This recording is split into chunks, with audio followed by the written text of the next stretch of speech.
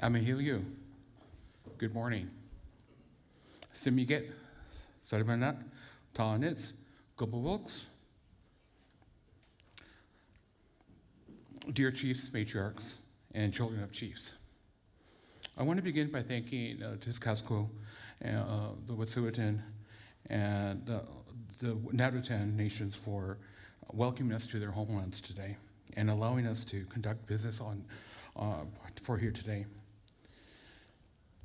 My department I'm presenting here is a new department. It's the Housing, Capital, and Infrastructure. The organization just formed back in January. We under the leadership that when we had Jay Wong came in as the first executive director. He has left the organization for personal reasons, and so it's a great honor that Warner had asked if I wanted to assume the responsibilities to take on the role as ED for Housing, Capital, and Infrastructure. And so it's a great task to look at establishing and building a new department. And so that's the work that we have today. Within my presentation, I just want to give an overview of our department as well. Discuss the County Housing, Capital, Infrastructure Think Tank report, highlights of the Executive Director's report, and as well open up for questions and answers. Again, my name is Jason Morgan Gotchel. My hereditary name is Ambakan. From the House of Wimugos of Anaspiox, Kispiox, BC. I have the honor and privilege of reporting out on this new department, and one of the things that you can see is that on page 63 commences with our department report. I just wanted to introduce our team. Right now, we have Ben Berland. I believe he is in the audience. If Ben could just raise his hand. Okay, so Ben's actually out in the foyer, but he is a director of housing. We also have a vacant position that we are just securing. We're looking at having a director of capital projects and asset management, as well with a director of project management. Part of it as well, we also are overseeing the fleet management, and we have a fleet coordinator, Tristan Popovich. We also looked at we also have Benna. She is my executive assistant, so if Benna can just raise her hand, and there she is by the front table. And as well, we also we have the maintenance staff also working for us as well. Bill Inden, he's been a long-time employee within County, working primarily within a lot of our community facilities and our health centers. We have Ken Roberts. He's also our maintenance person dedicated for service delivery in Prince George. And we also have Albert Gardner. He's currently on leave, but he is the maintenance person that's going to be assigned to working to support the Tauchik Lake Healing Center. One of the things that I just kind of want to talk about is, within my report, I thought it was going to be really critical to look at how we got here. As you can see, the Canadian Human Rights Tribunal Capital Directive 41 is a significant directive aimed at addressing the disparities in funding for child welfare services provided to First Nations children compared to non-Indigenous children in Canada. The root issue of facing many First Nations and delegated Aboriginal agencies was a chronic underfunding of capital projects, resulting in many child welfare agencies operating out of substandard facilities, hindering our ability to provide necessary service delivery. The Capital Directive aims to ensure that First Nations children receive services that are equal to those provided to non-Indigenous children, promoting fairness and compliance with the Canadian Human Rights Act. One of the things that I want to give a lot of credit to is the work that Dr. Cindy Blackstock has done, as well with Mary Teegee, and the relentless leadership that we have. And I think it's quite amazing that as a result of the Canadian Human Rights Tribunal, what that has afforded agencies across Canada to really look at having the breadth of service delivery for child and family services, including our department. One of the mandates that we actually identified here is that we did a 2-day think tank with regards to looking at how can we define the role and responsibilities of our newly established department. And so one of the things that we identified was working collaboratively to provide forward-thinking, holistic support for housing, capital, and infrastructure to meet CSFS and the community's current and future needs. Within the think tank report, one of the things that we wanted to look at identifying is how can we look at defining what our advisory support services are going to include. What aspect of comprehensive planning that we need to look at engaging in. Strategic alignment, ensuring that the planning aligns with the CSFS strategic goals. Balancing needs, address the immediate requirements while preparing for future need demands. And again, for asset mapping for both CSFS and community infrastructure. And it was going to be really critical for us to look at, defining our role within the First Nations Child and Family Services program, as well with post-majority priorities. And so that's how we kind of are really positioning a lot of the work that we're doing within the think tank report that we did. One of the things that that we have really benefited from was really trying to look at answering some questions that, what should be included within our mandate. What are some of the core functions that the department is in supporting the organization as a whole? And again, what are some of the things that we need to consider as part of our strategy moving forward?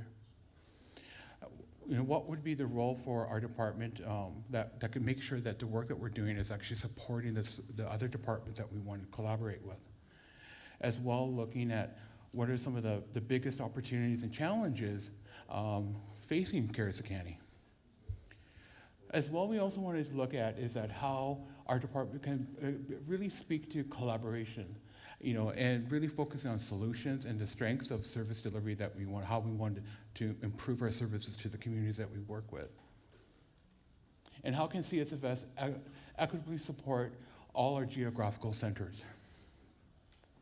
As well, how can CSFS, our strategies, help our communities? And so this is really an opportunity for us to look at establishing a kind of a planning framework that's going to guide us for the next 5 years of where we need to be moving within this department. This is just kind of a quick overview, just strictly with Indigenous Services Canada, with regards to the First Nations Child and Family Services programming. Like right now, what some of the approved CHRT applications that have been in the works, strictly looking at the funding streams from Indigenous Services Canada, right now is roughly $50 million that we've been able to access funding. And just these are just some of the projects that are highlighted. There are some other funding revenue streams that are that need to be acknowledged, especially with Tajik Lake, with First Nations Health Authority, as well with some other contributions of private donors. We also are looking at doing quite an aggressive renovation strategy within some of the properties that we had purchased within Prince George to meet some of the current demands of our current housing, or I should say staff operations. So we're currently trying to look at finalizing some of the renovations that are needed and improvements within Prince George and our other offices in our area. One of the things that we're looking for 2025 here is, Mary will speak a little bit more on the BC housing, the youth and family social housing, and that was secured roughly $26 million. Sandra spoke already about the $90 million, $100 million for the clan houses. One of the projects that we're going to be pursuing is looking at Sarah's house and the daycare, as well as the Child and Youth Advocacy Center, the Burns Lake Child and Family Wellness Center, the Vanderhoof Foundry, and professional accommodations. And so, like right now, like it is a pretty significant agenda that we have. And so establishing my team was going to be really critical to look at. So, so we definitely want to look at, try to build the capacity within this organization to try to support the work that needs to be done. Back in 2020, Warner commissioned a report called the Unison Report. And this was strictly looking at how roughly what $441 was going to be required to meet the capital and infrastructure needs for Carson County as an organization. Some of the projects that we've done to date, like we're looking at, as well looking so the 25, 26 future projects, and where we need to move forward for 26, 2027. One of the things that I also have a chance to participate on is working collaboratively with Rachel Wells and the Community Development Institute. Right now, they are doing a community needs assessment for capital and operational needs for child and family services. And one of the things that one of the things I really am advocating for is when you are being interviewed by this organization, is to really speak your truth, especially with regards to what is currently the lack of infrastructure or the lack of housing needs that's in your community, just so that we can actually have a better picture and develop a work plan and strategies that we could work collaboratively with our nations. One of the things that when we want to look for the goal is to look at a comprehensive assessment of information for child and family services, and making sure that like we're trying to meet the future demands and future needs of this growing organization. And it's one of the things that we're trying to really ensure the planning tools that will actually help us really be strategic with regards to supporting the communities that we work with. One of the things I just want to kind of close in is, like I've been very inspired, by Dr. Stephen Cornell and Dr. Joseph Kalt, who authored the Harvard Project on American Economic Development.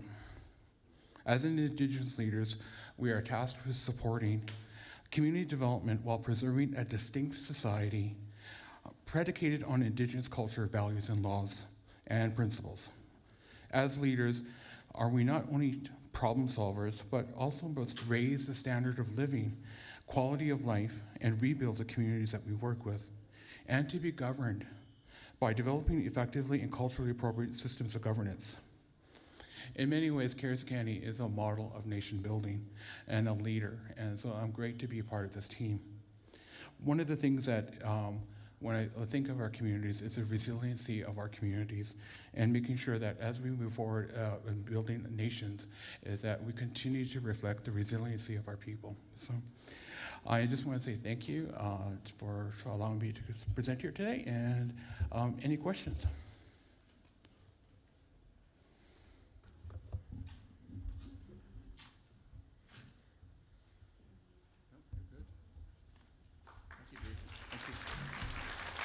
Thank you, Jason. Excellent report. A lot of work happening there in that regard. Capital infrastructure housing is always a big piece of our some of the goals of the communities that are working on continuously. And looks like we have a lot of help here with Jason doing all that work. So thanks, Jason.